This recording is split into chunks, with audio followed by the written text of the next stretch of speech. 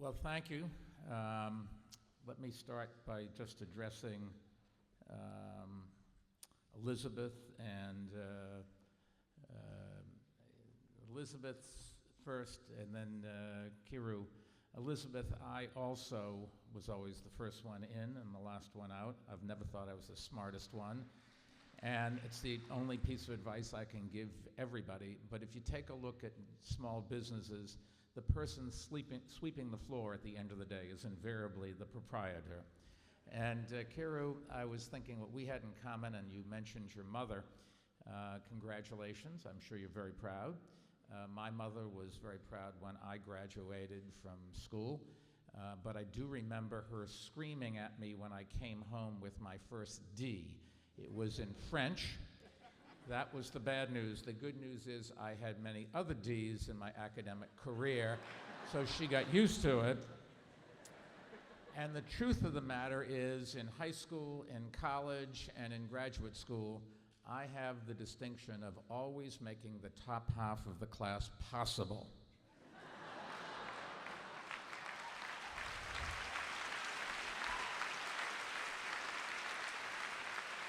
Anyways, thank you, Dean Crowell, to think that I knew you when. Family, friends, faculty, honored guests, good morning and congratulations to the great class of 2013. And I do want to thank everyone for inviting me to speak and for giving me the honorary degree. Graduates, after all of your hard work and all you've been through today, I know what you're thinking. This guy gets a degree? You're probably wondering how many Friday afternoons did he have to spend in legal writing class, and how many hours of his life did he have to spend trying to get from the E-building to the student lockers, or trying to understand nunc pro tunc, which somebody afterwards can explain to me what that is. How many happy hours did he have to go to at M15, and how many registration emails did he have to write to Oral Hope?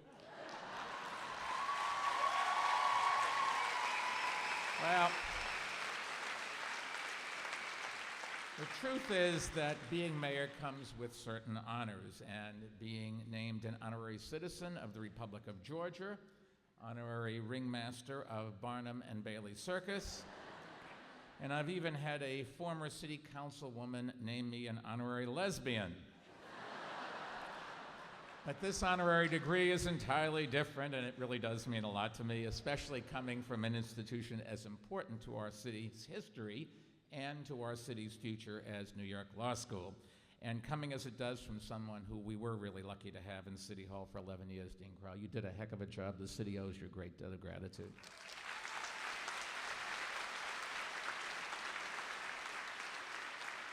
Now, one of the things I was warned in giving a speech before a law class was, do not tell lawyer jokes. And the reason is, lawyers really never think they're funny, and the public doesn't think they're jokes.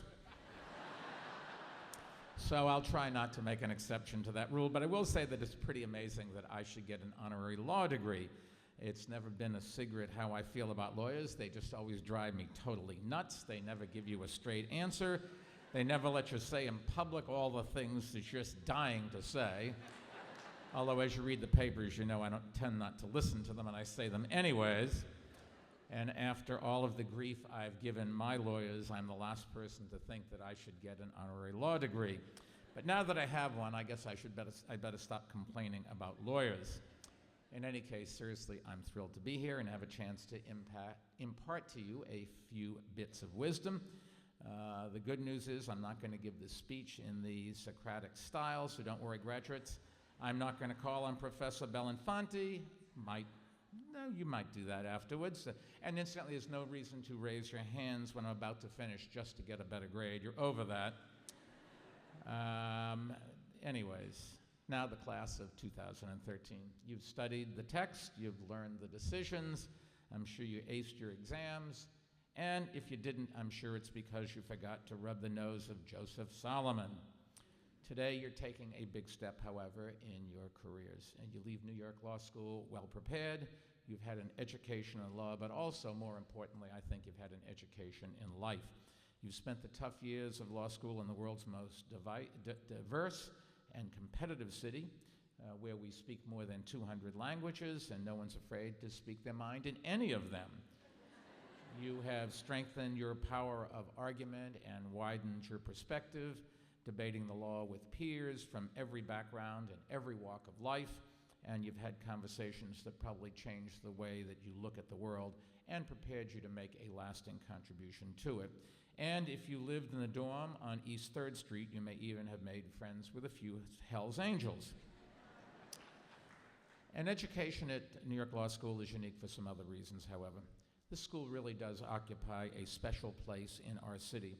It's around the corner from City Hall, the courts, and so much of city government, and it also occupies a special place in our history. 100 years ago this November, New York City elected an alumnus of the law school as mayor, somebody named John P. Mitchell, who was only 34 years old at the time, the second youngest mayor ever to serve the city. No, I'm not the youngest you think. I just look like I'm 30. 4 years after Mitchell became mayor, he was defeated in his re-election bid by another alumnus of New York Law School, John F. Hyland. And for the record, Hyland lived in Bushwick and sported a mustache way before that was officially cool. 8 years after that, when the Tammany Hall political machine pushed Mayor Hyland aside, they nominated yet another member of the law school for mayor, James J. Walker, who was elected in 1925. Of course, Jimmy Walker is usually not someone the law school holds up as a model alumnus. During his time in City Hall, he did make himself a lot richer, and not just because he doubled his own salary. When the press apparently asked him about that, he replied, "Imagine what you'd have to pay me if I worked full-time." Now, personally, I work for $1 a year, although, as some of my critics say, you get what you pay for. However, when it came to investigate Jimmy Walker's corruption, the man who was appointed to lead the investigation was a former member of the Court of Appeals and a candidate for governor, Judge Samuel Seabury. And you can guess where he got his law degree from. That's exactly right, New York Law School. So just as the city has played a big role in your law education, so too has this school played a big role in building the city we love today. For 19 consecutive years, an alumnus of New York Law School sat in the West Wing of City Hall, a record that no law school in the world has matched before or afterwards. Those 19 years, during that time, the city changed dramatically. Mayor Mitchell was a relentless reformer who helped root out corruption and patronage, professionalizing the city's civil service system and adopting the country's first ever zoning resolution. Mayor Hyland built the public schools and laid the groundwork for the expanded subway system we know today. And Mayor Walker, in spite of his corruption, built on Hyland's vision for expanding the subway while also developing new parks, including what is now the second largest park in Queens, Alley Pond Park, and overseeing the development of new skyscrapers, including Rockefeller Center. Together, those 3 law school graduates from New York Law School and many others have helped make New York City what it is today, the world's capital. Now, 100 years after Mitchell was elected mayor, it's time for a new generation of New York Law School graduates to make your mark on our city and our world. Armed with the education that you received here, each of you can play a role in the legacy of those alums and the work of many graduates who together have forged the school's great tradition of civil service. That includes governors, senators, secretaries of state, and of course, Supreme Court Justice John Marshall Harlan. It also includes, I'm happy to say, as I think Elizabeth or Kuru mentioned, graduates working today in the corporate counsel's office, in our law school, and at every city agency, and in every district attorney's law office. And a lot has changed since the days of Mayor Mitchell, Mayor Hyland, Mayor Walker, and Judge Seabury, but many of the challenges they faced are still with us. The need for more parks, more schools and transit options, new economic development opportunities, and honest government. And over the past 11 years, I think our administration has made each a top priority. We've added more than 750 acres of new parkland, with another 2,000 on the way in Fresh Kills and Staten Island. We've created more than 650 new schools and 126,000 classroom seats, and we've given parents and students more education choices than they've ever had before. And we're about to launch the biggest bike share program in the country, even though a couple of newspapers don't like it. And we're building the first new mile of city-funded subway track in decades, the number 7 train extension. Yes. We've also rezoned nearly 40% of the city to encourage new development and revitalize old industrial areas with new housing, jobs, and green spaces. And it's the largest rezoning effort in 50 years since the son of a New York Law School alumnus, Robert F. Wagner Jr., was mayor. And we couldn't have achieved any of that without the incredible work of lawyers at City Hall and throughout every city agency. And those lawyers really have done a tremendous job of carrying out the legacy of Samuel Seabury by helping our administration root out corruption in city government. And I'm very proud to say that we have run the cleanest administration in New York City's history, but the work is never ending. And if Judge Seabury could see the news out of Albany these days, he'd probably be rolling over in his grave. What a disgrace. Nothing is more important in public service than integrity. And I know part of the formal motto of New York Law School is live honestly. Now, some might say they've never met a lawyer who follows that motto, but I disagree with that. And as a piece of advice to you as you move forward with your lives, it's hard to improve on it. Many people might take that motto to mean honesty and following the letter and spirit of the law, but I think it means an awful lot more than that.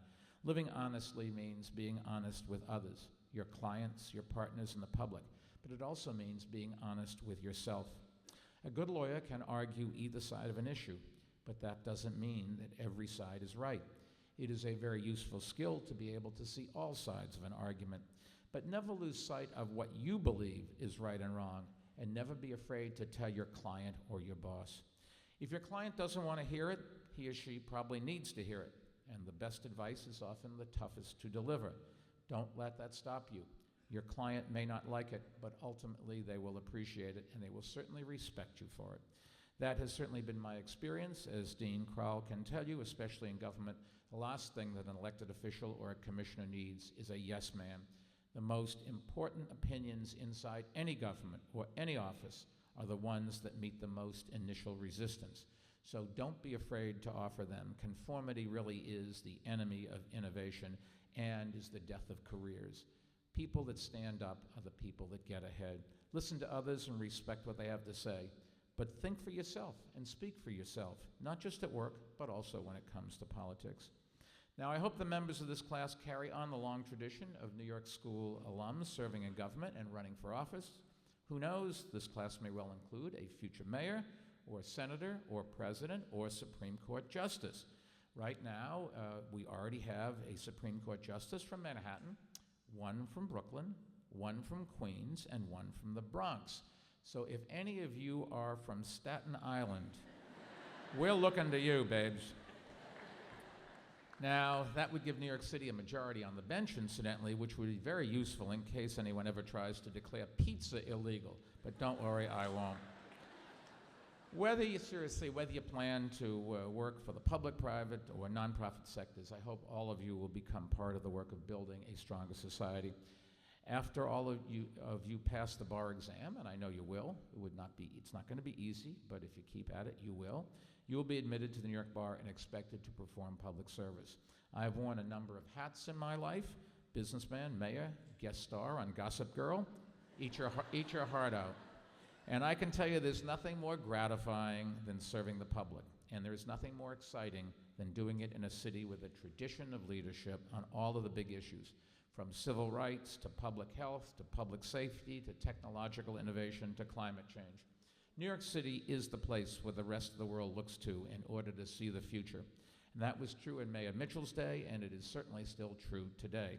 So it's my hope that whatever you choose to do with your degree, you'll stay here in New York City and carry on the great tradition of New York Law School alums who have changed our city, this country, and the world for the better. There are other great cities, but there is no city that offers you a bigger opportunity to have a bigger impact on the future. Besides, while plenty of other cities have cheap beer, no other city has the Patriot. No matter what you choose to do, all of you deserve a lot of credit, seriously, for getting here today. I know that I could not have gotten through law school. I know, and your friends and families know, that a degree in law requires a tremendous amount of hard work and a tremendous amount of honesty, a tremendous amount of integrity, a tremendous amount of intelligence. My honorary law degree does not require any of those.